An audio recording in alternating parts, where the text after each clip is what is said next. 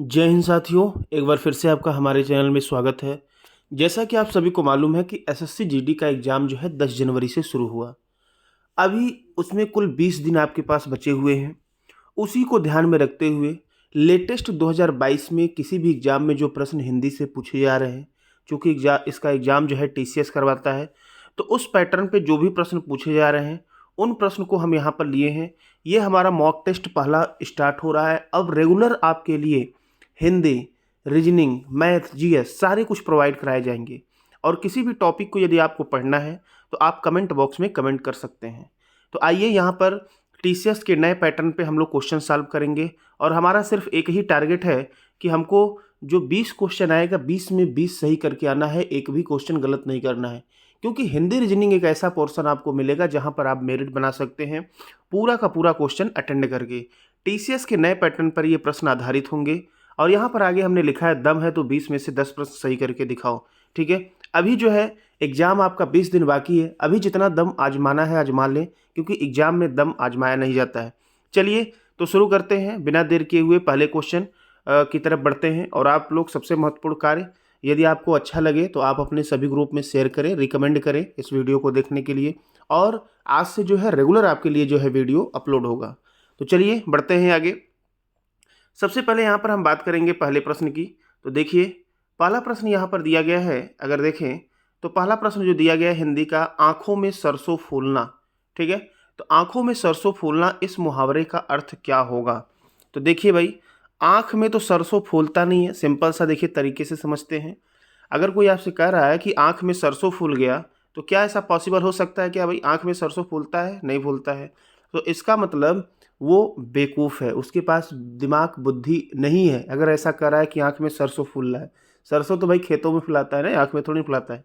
तो यहाँ पर अगर इसके हम ऑप्शन को देखें ध्यान से, तो इसमें जो ऑप्शन सही ऑप्शन होगा वो पहला होगा, अर्थात विवेक न होना। ठीक है, क्या कहते हैं भाई? विवेक न होना। क्लियर है? ऑप्शन डी दिया है धोखा देना। धोखा देना का मतलब किसी को छलना। ठीक है, किसी के साथ विश्वासघात करना। अगला यहाँ पर दिया गया गुस्से से आंखें लाल होना। इसका मतलब होता है बहुत ज़्यादा गुस्सा हो जाना, अत्यधिक गुस्सा होना। आदर भाव घट जाना, इसका मतलब कहते हैं कि आप जो है हमारी निगाहों से या नज़रों से उतर गए हैं। ठीक है, तो ये पहला क्वेश्चन था, बिल्कुल आसान क्वेश्चन था। आप जो है इसको, होता है किसी क्वेश्चन को थोड़ा इंटरेस्टिंग तरीके से पढ़ें, उसको रटने की कोशिश ना करें। जैसे हम बता रहे हैं, आप सिर्फ हमारे साथ अगले 10 मिनट तक बने रहिए। हिंदी में हमारी गारंटी है 20 में 20 आप सही करके आएंगे। चलिए इंटरेस्टिंग तरीके से पढ़ने की कोशिश करते हैं। अगला 62 नंबर 62 नंबर क्वेश्चन यहाँ पर दिया है, रिक्त स्थान को आपको भरना है। तो यहाँ पर दिया गया है, राम ने मुझे पुस्तक की। अब पुस्तक क्या करेगा? ध्यान से देखिए। पहला दिया है समर्पण। समर्पण का मतलब इंग्लिश में इसको डेडिकेशन कहते हैं। ठीक है, जैसे लगन होता है, आप किसी चीज़ की तैयारी कर रहे हैं तो एसएससी के प्रति आप समर्पित हो गए हैं, अर्थात उसमें जी जान लगा दिए हैं। ठीक है, तो समर्पण का अगर हम तोड़ें तो इसको कहते हैं समधन अर्पण। समर्पण का मतलब होता है सम धन अर्पण, अर्थात अपने मन को, मन की इच्छाओं का अर्पण कर देना। ठीक है, सिर्फ और सिर्फ आपको एक ही चीज़ दिखे, समर्पण कहते हैं। तो यहाँ पर पुस्तक समर्पण नहीं की जाएगी।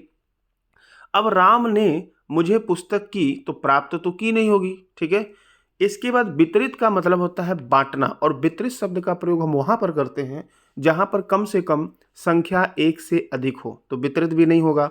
तो यहाँ पर आपका जो सही आंसर बनने वाला है वो क्या होगा भाई? वो होगा समर्पित। राम ने मुझे पुस्तक समर्पित की, अर्थात मुझे भेंट की या मुझे पुस्तक दिया। ठीक है, तो ऑप्शन के अकॉर्डिंग सही आंसर पहला हो जाएगा। बिल्कुल आसान क्वेश्चन था, कुछ भी नहीं, एकदम पहिया लेवल का है।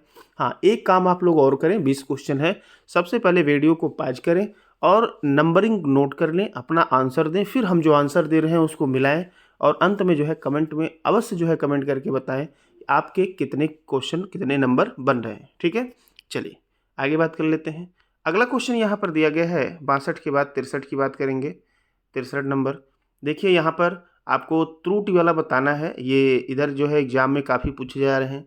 तो त्रुटि की यदि हम बात करें तो इस बात के कहने में किसी को संकोच न होगा, इसमें बताना है कि गलती कहाँ आपको मिल रही है। तो देखिए, इस बात के कहने में नहीं होता है, इस बात को कहने में किसी को संकोच नहीं होगा। बात समझ में आ रही है? आप यदि पढ़ रहे हैं तो पहले ही लाइन से यहाँ क्लियर हो जा रहा है, यहाँ पर जो गलती है वो कारक से संबंधित गलती है। अब पहला तो तरीका ये हो गया, तो इसमें पहले वाले में गलती है, तो अर्थात ऑप्शन नंबर डी सही हो जाएगा। इसी क्वेश्चन को एग्जामिनर दूसरे टाइप से घुमा के पूछता है कि बताइए इसमें किस प्रकार की अशुद्धि है। तो यहाँ पर के जो है अशुद्धि है, तब ये नहीं बताना होगा, तब ये बताना होगा कि कारक संबंधित अशुद्धि है। बात समझ में आ रही है?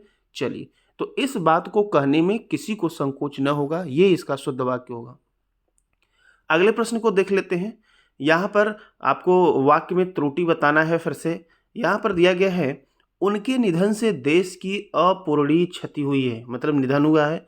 अपूरणीय का मतलब जिसको पूरा न किया जा सके, क्षति हुई है। तो यहाँ पर आपको बताना है कि गलती कहाँ है। तो देखिए, उनके निधन से देश की अपूरणीय क्षति हुई है, नहीं लगाएंगे यहाँ पर।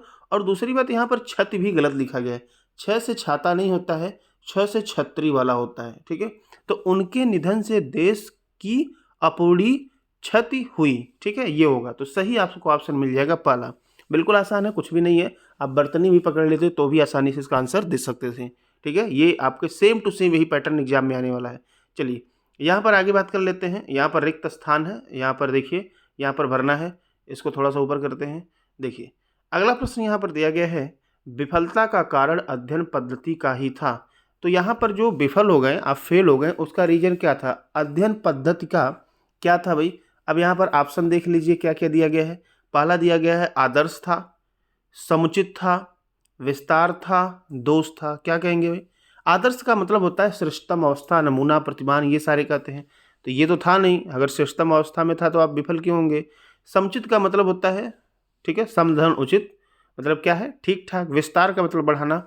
तो विफलता का कारण निगेटिव शब्द है तो निगेटिव ही आएगा। तो यहाँ पर दोष था। क्या था भाई? दोष था।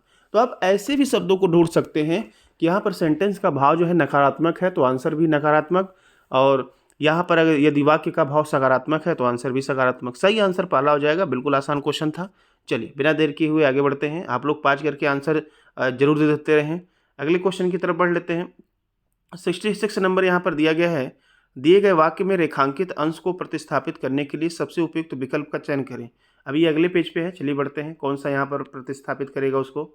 तो देखिए, यहाँ पर अगला क्वेश्चन यहाँ पर दिया गया है, ये ऑप्शन में गुरुजनों पर श्रद्धा करो, ये दिया गया है। इसको बताना है, इसको हटाएगा कौन सा ऑप्शन?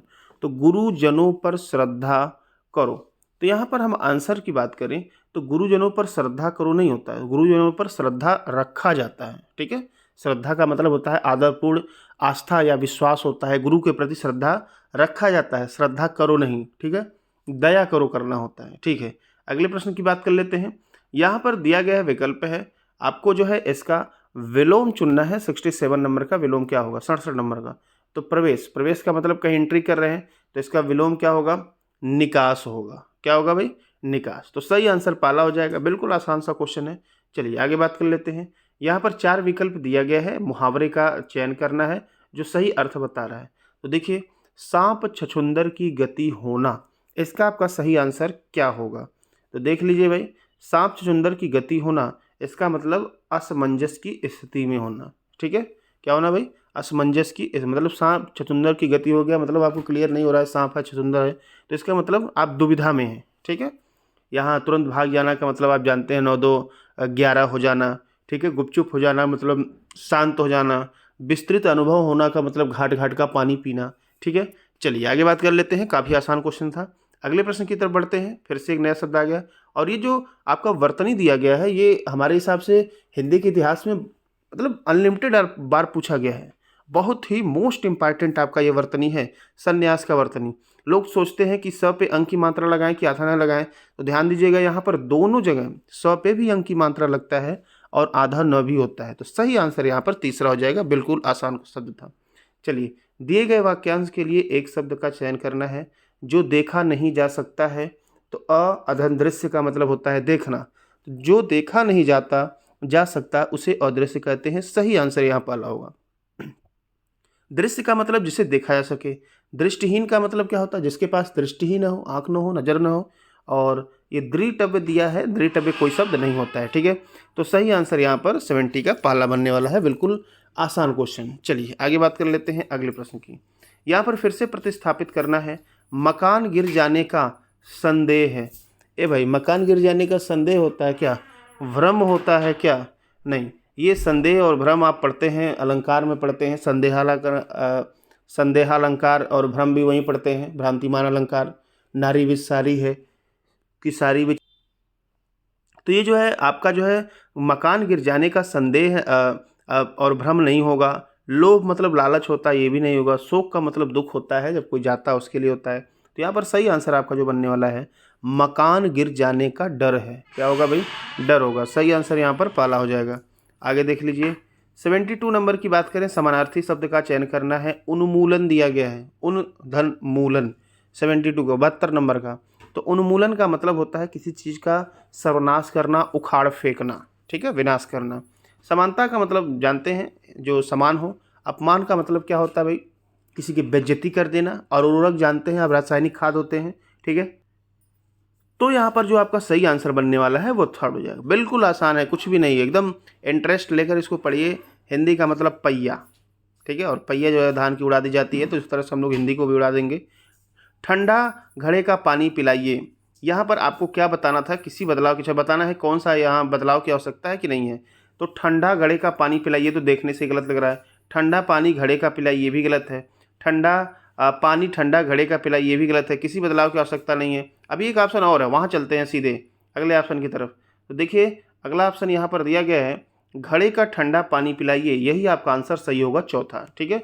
घड़े का ठंडा पानी पिलाइए, क्योंकि हिंदी में सबसे पहले हम लोग कर्ता लिखते हैं, फिर कर्म लिखते हैं, फिर क्रिया लिखते हैं, ठीक है। ये हमारे हिंदी का नियम होता है। आगे देखिए, यहाँ पर अंशु किसका पर्यायवाची है पूछा गया है, 74 नंबर प्रश्न का। तो अंशु जो है किरण का पर्यायवाची होता है। किसका होता है भाई? अंशु, किरण, ठीक। किरण कहते हैं, रश्मि कहते हैं, मरीच कहते हैं, किरण कहते हैं, ये सारे अंशु के पर्यायवाची होते हैं। स्त्री की बात किया गया है तो नारी कहते हैं, इसे महिला कहते हैं। स्त्री को अबला कहा गया है, अबला नारी, ठीक है। आँख का जो है चक्षु होता है, लोचन होता है, नयन होता है, दृग होता है, नेत्र होता है, ठीक है। ये सारे आँख के पर्यायवाची होते हैं। और यहाँ पर अमृत का जो है पीयूष, सोन, सुधा, अमी, ये सारे अमृत के पर्यायवाची होते हैं। क्लियर है? काफ़ी आसान है, कुछ भी नहीं है। चलते आगे बढ़ते हैं, ठीक है, एकदम पहिया लेवल का है। यहाँ पर दिया गया है, फिर से आपको त्रुटि बताना है, कहाँ पर है दिया गया है। प्रदर्शनी प्रायः शहर के उस स्थान पर लगाया जाता है जहाँ लोग आसानी से पहुँच सके। इसमें आपको त्रुटि बताना है, कोई त्रुटि है कि नहीं जाए, ठीक है। तो देखिए, प्रदर्शनी प्रायः शहर के उस स्थान पर, यहाँ पर ये देखिए जाता है, ये आपका वर्तमान काल दे दिया, और फिर अंत में यहाँ पर भूतकाल दे दिया। तो भाई देखिए, अच्छा भूत होगा, अच्छा वर्तमान होगा, तो यहाँ पर अंत में भूतकाल दिया गया है, तो प्रदर्शनी वही हमेशा लगती है।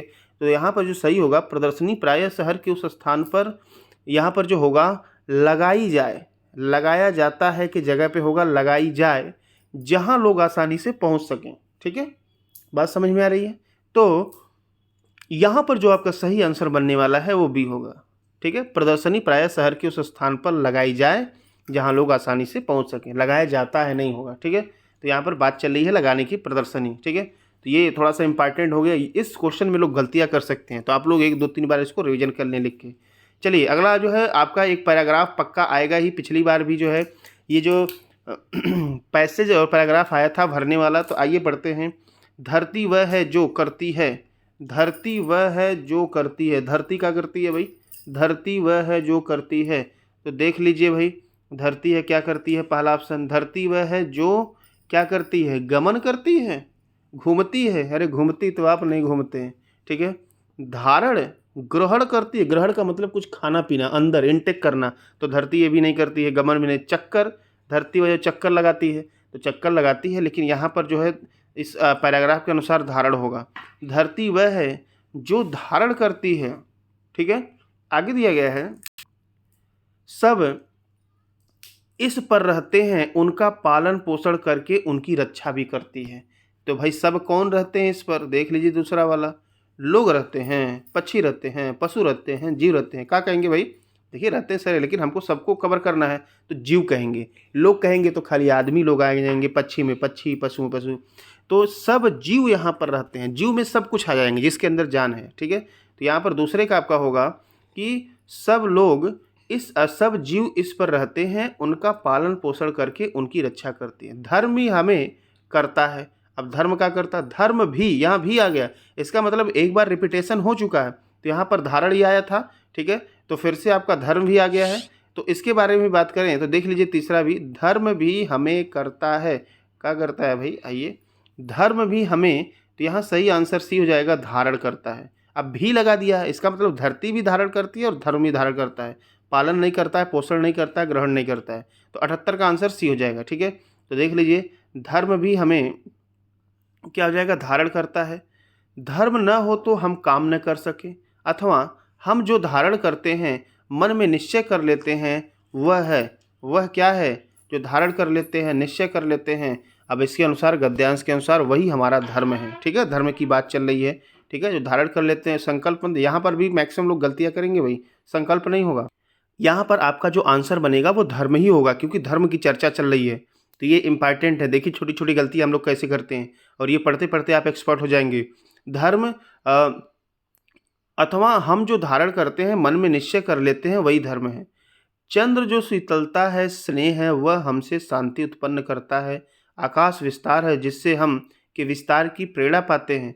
तो आकाश विस्तार है तो किसके विस्तार की प्रेरणा पाते हैं भाई, यहाँ पर सही आंसर हो जाएगा, चित्त हो जाएगा, मन हो जाएगा, अंतःकरण के विस्तार की प्रेरणा पाते हैं, ठीक है। तो यहाँ पर देखिए, हम जो है लेटेस्ट पैटर्न पे टीसीएस के आपको 20 क्वेश्चन करवाए हैं, और आप कमेंट बॉक्स में ये कमेंट करके बताएं कि आपके कितने क्वेश्चन सही हो रहे हैं।